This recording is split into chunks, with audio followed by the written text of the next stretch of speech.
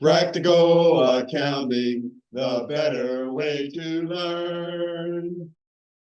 Welcome back. Let's take a look at Module 1.5, the four major financial statements and cash flow activities. Okay, first we're going to start talking about, as an introduction to financial statements, we're going to plug it back into the practical T model. Remember, it's assets, dividends, and expenses. On the left side, this is what you need to spend funding on, and the sources of funding are on the right side: revenues, contributed capital, and liabilities. I know you're not doing it yet, but when you add to the left, it's a debit, subtract is a credit, and the opposite is true. That's going to come in real handy when they hit you blindly with it, and you'll already be there.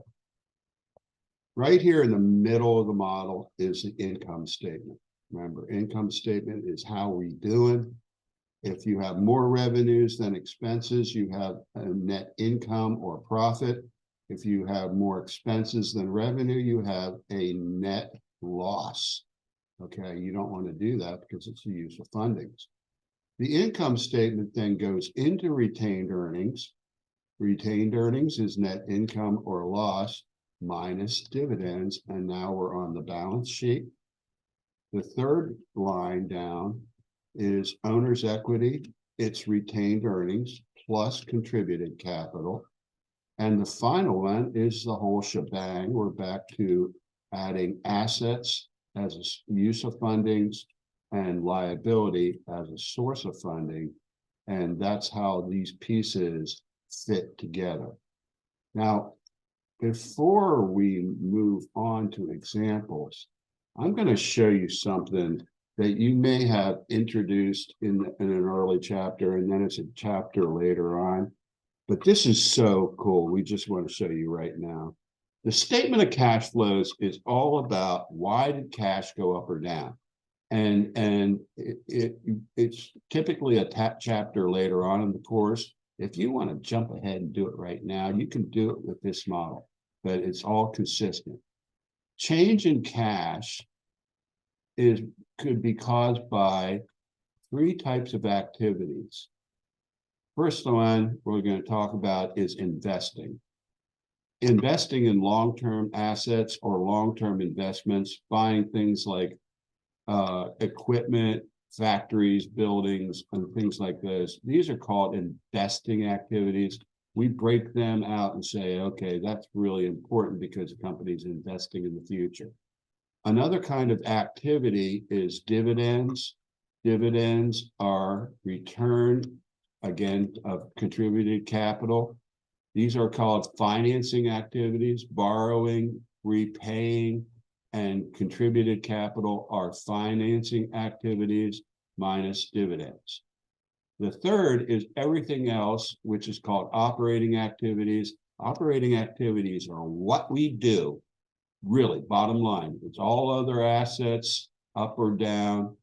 Net loss or net income is an operating activity, and all other liabilities. So really, what happens with the statement of cash flows is every transaction, typically, if there's a change in cash, the other side explains it. If there's no change in cash, you might not think there's cash flows, but there might be an add to one and a subtract from another. So these are all important ways to understand it. Again, don't get too freaked out. We're going to come back to that. Now let's take a look at what these financial statements look like. These again are very simple form and format. Understand at this point in the course, we'll get more complex as we go along. The income statement is how well did we do? It's for a period of time. It shows revenue, also known as sales, minus cost of goods sold equals gross profit. Then we have things that are a separate operating expense. These are not directly related to the sales, but they are costs to the business, and gross profit minus operating expense equals net income. On our balance sheet, we're listing our assets here. We do have a subtotal called current assets. Current assets include cash, accounts receivable, inventory, and prepaid expense. Don't worry about that. We'll define that in a bit. These are all things that are going to turn into cash, hopefully within 1 year. Then we have our long-term assets and our total assets. We also have accounts payable, notes payable, total current liabilities, again, are going to be paid within a year. Long-term liabilities, these are things like long-term debts, like mortgages and etc. Total liabilities. Here's our old friend, retained earnings, which are profits, which are kept in the business. Common stock, which is a contributed capital account. Additional paid-in capital, which is a contributed capital account. Total liabilities and equity.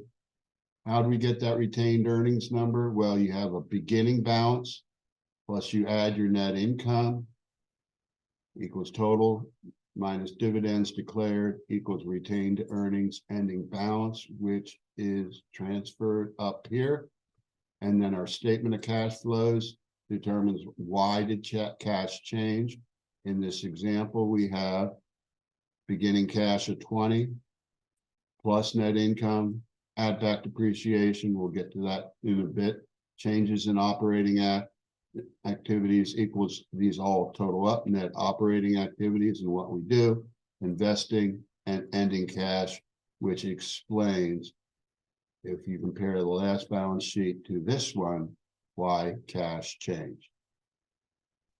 Okay, so I guess we're gonna go back and visit some of these transactions and get you further comfortable with this approach. I hope it's working for you guys. It's working for me because, you know, I'm sitting here waiting for the hot dogs to finish. Okay. You can get this Excel workbook and a whole lot more Stuff for free at practicalaccounting.com. See you there.